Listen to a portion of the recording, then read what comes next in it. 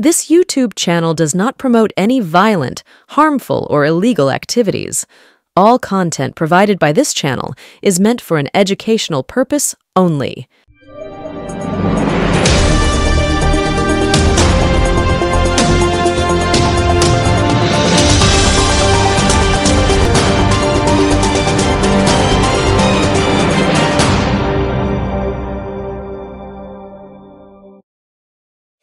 নমস্কার, শুভ সন্ধ্যা সকলকে।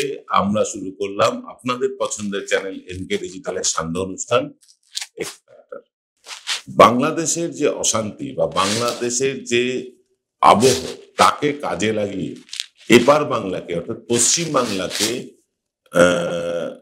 অশান্তির আগুনে কারা জ্বালিয়ে পুড়িয়ে মারতে চাইছে, কারা সেই আগুন এ দেশে এনে এ রাজ্যটাকে পোড়াতে চায়, সেটা নিয়ে বাংলাদেশে সংখ্যালঘু অর্থাৎ হিন্দুদের উপরে আক্রমণ হচ্ছে।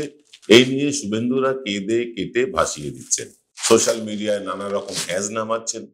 কিন্তু এই দেশের সংখ্যালঘু অর্থাৎ মুসলমানদের বিরুদ্ধে যে অত্যাচার চলছে দেশ জুড়ে, এমনকি এই দেশে হিন্দু দলিত সম্প্রদায়ের উপরে যে আক্রমণ হচ্ছে তা নিয়ে টু শব্দটি করছেন না তারা। বাংলাদেশের ঘোলা জলে এই দেশের ভোট বৈতরণী পার করতে শুভেন্দুদের এই কুমিরের কান্না কতটা প্রভাব ফেলবে, কতটা প্রভাব ফেলতে পারে, আমরা আজকে আলোচনা করব তাই নিয়ে। যখন রাজস্থানে মুসলিম যুবক হিন্দু নারীর প্রেমে পড়ে আর সেই তথাকথিত অপরাধে বাঙালি মুসলমান যুবকটিকে ক্যামেরা অন করে প্রথমে কুপিয়ে তারপরে জীবন্ত আগুন দিয়ে পুড়িয়ে মারা হয়, তখন শুভেন্দুদের চোখের জল ফেলতে দেখি না কেন? আমরা কেন দেখি না বিলকিস বানুর যে কাণ্ড, বিলকিস বানুর কাণ্ড, তার শিশু কন্যাকে আছড়ে পুড়ি মেরে ফেলার পরে যারা অপরাধী তারা জেল থেকে ছাড়া পায় এবং হিন্দু কর্তারা তাদেরকে ফুল মালা দিয়ে বরণ করে, তখন প্রতিবাদ করতে দেখি না কেন শুভেন্দুকে? জ্ঞানব্যাপী বুলন্দ দরওয়াজা সমেত প্রায় সমস্ত ইসলামিক স্থাপত্যের নিচে নাকি হিন্দু মন্দির লুকিয়ে আছে। সির্ফ এরকম গুজবের ওপর দাঁড়িয়ে হল্লা চিল্লা করে দেয় কিছু ধর্মীয় মৌলবাদী, তার প্রতিবাদ করতেও দেখি না শুভেন্দুদের। ভোট এলে তখন মুসলিম তেলানো শুরু করে দেয় বিজেপি। কট্টর হিন্দু নেতা মোহন ভাগবতকেও নামিয়ে দিতে কসুর করে না তারা। অথচ ভারতবর্ষ ছেড়ে দিন, পশ্চিম বাংলায় একটা জেলা সভাপতি বা নিদেন পক্ষে একটা মন্ডল সভাপতিও কি মুসলমান আছে বিজেপিতে? ভোট এলে নৌসাদ সিদ্দিকী হয়ে যায় নৌসাদ ভাই। অভিষেক ব্যানার্জির বিরুদ্ধে লড়িয়ে সেই নৌসাদ ভাইকে সমর্থন করবার কথা প্রকাশ্যে বিবৃতি দিয়ে মুসলিম তেলাতে বিন্দু মাত্র লজ্জাবোধ করে না এই শুভেন্দুরা, বাংলার বিজেপি নেতারা। অথচ উত্তরপ্রদেশে যখন আকলাককে ফ্রিজে গরুর মাংস রাখার জন্য পিটিয়ে মারা হয়, তখন এই শুভেন্দুরাই স্লোগান দেয়, গর্ব সে কহো হাম হিন্দু হ্যায়। এর নির্লজ্জতার সব সীমা ছাড়িয়ে যায় যখন শুভেন্দু নন্দীগ্রামের ভোটে বলে মুসলমানেরাও নাকি তাকেই ভোট দেবে। শুধু কয়েকটা ভোট বেশি পেতে শুরু হয়ে যায় নকল মুসলিমদের। একথা ঠিক, বাংলাদেশের কয়েকটা জায়গায় হিন্দুরা আক্রান্ত হচ্ছেন। সে দেশের বর্তমান অগণতান্ত্রিক ভাবে ক্ষমতায় আসা সরকারের অপদার্থতায়, এটা ঠিক। তার জন্য ভারত সরকারের তরফে তার প্রতিবাদও হয়েছে সরকারি স্তরে। কিন্তু একথাও সত্য, বাংলাদেশের সর্বত্র হিন্দুদের প্রতি আক্রমণ হচ্ছে না। বিচ্ছিন্নভাবে হওয়া কয়েকটি ঘটনাকে হাতিয়ার করে পশ্চিম বাংলায় ধর্মীয় জিগির তুলে রাজনৈতিক অস্থিরতা তৈরির শুভেন্দুর অপচেষ্টাকেও কিন্তু সমর্থন করা যায় না। শুভেন্দু বলছেন যে ভিসা বন্ধ করে দাও, চিকিৎসা বন্ধ করে দাও, এদেশ থেকে পণ্য পাঠানো বন্ধ করে দাও, হ্যান করে দাও, ত্যান করে দাও। কিন্তু শুভেন্দু কোন হরিদাস পাল এসব কথা বলার? এত বড় একটা দেশের একটা অঙ্গরাজ্যের একটা বিরোধী দলনেতা মাত্র, তাও 294 এর মধ্যে মাত্র 66 জন বিধায়কের দলনেতা। তার যত হম্বিতবি ওই বিধানসভার ভেতরেই থাকা উচিত, অথচ দেশের শাসকের ভূমিকা পালন করতে চাইছেন এই শুভেন্দু। এটা যতটা লজ্জাজনক ততটাই হাস্যকর। এই গায়ে মানে না আপনি মোড়লগিরি দেখে আমাদের হাসিই পাচ্ছে। আরো কিছু হাস্যকর মন্তব্য করে শুভেন্দু রীতিমতো হাসির খোরাক হয়ে উঠেছেন। বলবো সেসব কথা, তবে নিতে হবে ছোট্ট একটা বিরতি। Welcome to the world of civil business. A Bengali business personality and the most successful business group, Roy Construction Group of companies now coming Sarib, West Bengal. Mr. Anup Roy, the managing director of the Roy Construction Group company, ready to serve his native land, the mother Bengal.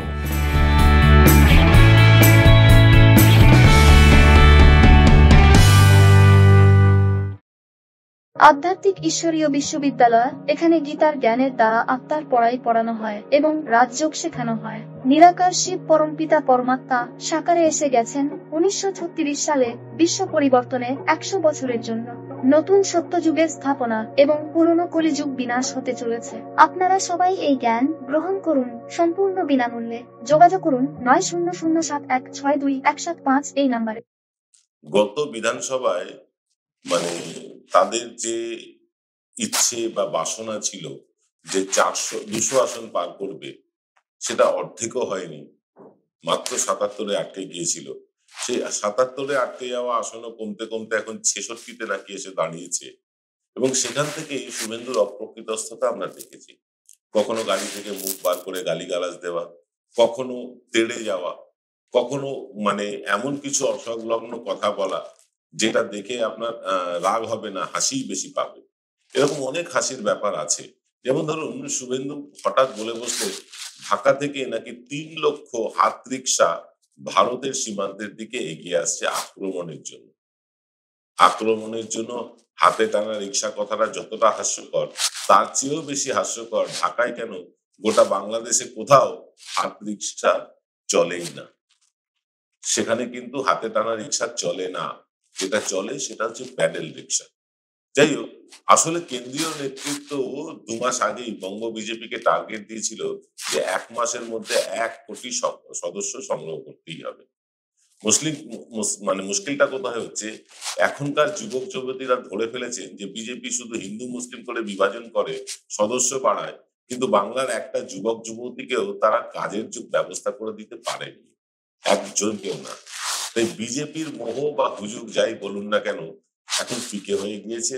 এখন আর বাঙালি যুবক যুবতীদের মধ্যে BJP হাওয়াটা নেই। তাই সদস্য সংগ্রহ করতে শ্রমিক ভট্টাচার্যদের বিয়ে বাড়ির অনুষ্ঠানেও ঢুকে পড়তে হচ্ছে। এত কসরত করেও বিজেপি 1 কোটি টার্গেটের মধ্যে মাত্র 20 লাখ সদস্য সংগ্রহ করেছে 12-12.5 কোটি বাঙালির মধ্যে। Sandeshkhali issue flop, Joynagar issue flop, RG Kar issue লাভের গুড় খেয়ে নিয়েছে বাম আর উগ্রবামেরা, উপনির্বাচনে শূন্য, জেতা আসন মাদারিহাট হাতছাড়া, নন্দীগ্রামের সমবায়ের পর্যন্ত হার। এই অবস্থায় কেন্দ্রীয় নেতাদের কাছে নম্বর বাড়াতে আর টেলিভিশনের পর্দায় টিকে থাকতে হলে বোঝাতেই হবে যে ওপারে হিন্দু আক্রান্ত, তাই এপারের হিন্দু এক হবে। 26-এর নির্বাচনের মাত্র বাকি আর 18 মাস। তার আগে শুভেন্দুর শেষ অস্ত্র এই হিন্দু মুসলমান ভাগাভাগি। এরপরে রাজ্য সরকার যেমন আরজিকর ঘটনার পর সব দিকে সতর্ক দৃষ্টি রেখেছে, প্রশাসন যেমন সজাগ, শুভেন্দু মনে হয় আর নতুন কোনো ইস্যু খুঁজে পাবে না। উল্টে বোঝার ওপর শাকের আটির মতন চেপে বসেছে বিধায়কদের নিয়ে, সেই সব বিধায়কদের নিয়ে যে বিধায়কদের তিনি দলনেতা। সেই বিধায়কদের মধ্যে আমরা যতদূর খবর পাচ্ছি 8 জন এমএলএ 26-এর ভোটের আগেই বিজেপি ছেড়ে দেবেন। সব মিলিয়ে শুভেন্দু এখন ঘরে বাইরে বেশ চাপে। রাহুল সিনহা, দিলীপ ঘোষ এদের মতো প্রাক্তন রাজ্য সভাপতিদের তিনি নিজের গুণে শত্রু বানিয়েছেন। তার অনুগামীদের মধ্যে অন্যতম অগ্নিমিত্রা যে আর টিকিট পাবেন না, সেটা কেন্দ্রীয় নেতৃত্ব স্পষ্টই করে দিয়েছে ইতিমধ্যে। জয় ব্যানার্জি, ভারতী ঘোষ, লকেট চ্যাটার্জি, সায়ন্তন বসুদের মতো নেতাদের সাইড লাইনের বাইরে বসিয়ে রেখে তাদের হাতে পায়ে জং ধরিয়ে দিয়েছেন নিজের হাতে। ওদিকে নদিয়া, মুর্শিদাবাদ, মালদা এই 3 জেলার সীমান্তে বিজেপির আভ্যন্তরীণ রিপোর্ট অনুযায়ী ব্যাপক ধস নেমেছে ভোট ব্যাংকে। আরো একটু উত্তরে গেলে নিশীথ প্রামাণিক হেরে গিয়েছেন। আর বিজেপি হেরে যাওয়া নেতাদের পাত্তাই দেয় না, মনে রাখে না।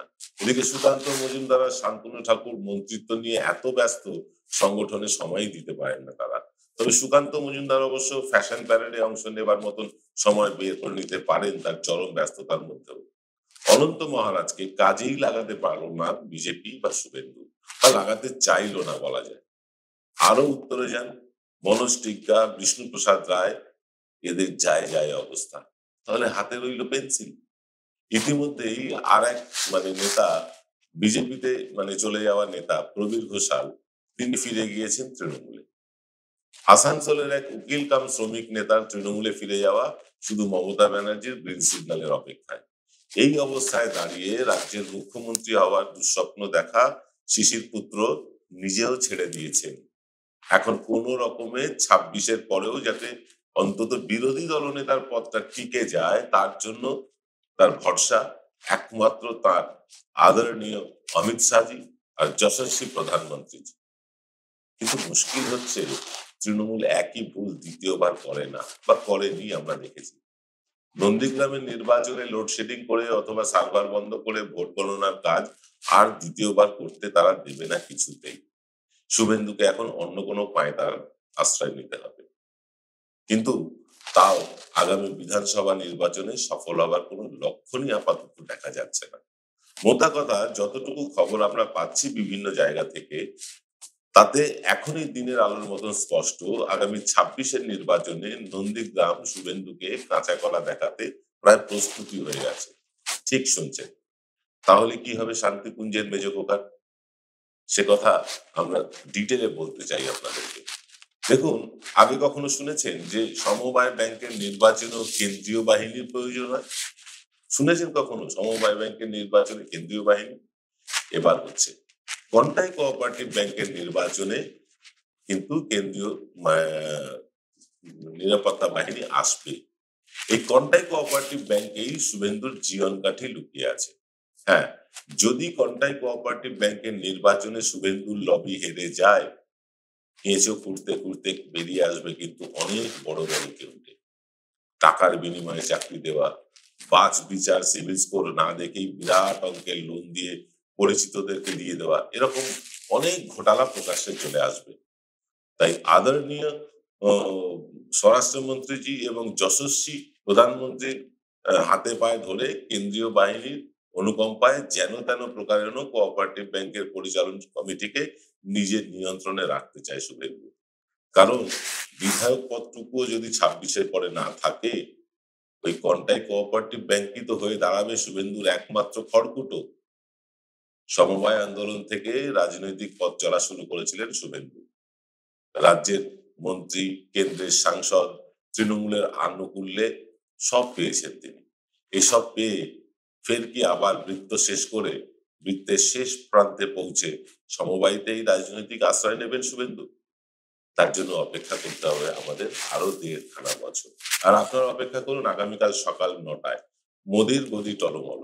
হ্যাঁ, মোদির গদি টলমল এবং তার নিজের দলের কারণে। এই নিয়ে আসবো একটা নতুন থার্ড আই অনুষ্ঠান নিয়ে আগামীকাল সকাল ঠিক 9টায়। সকলে ভালো থাকবেন। শুভরাত্রি।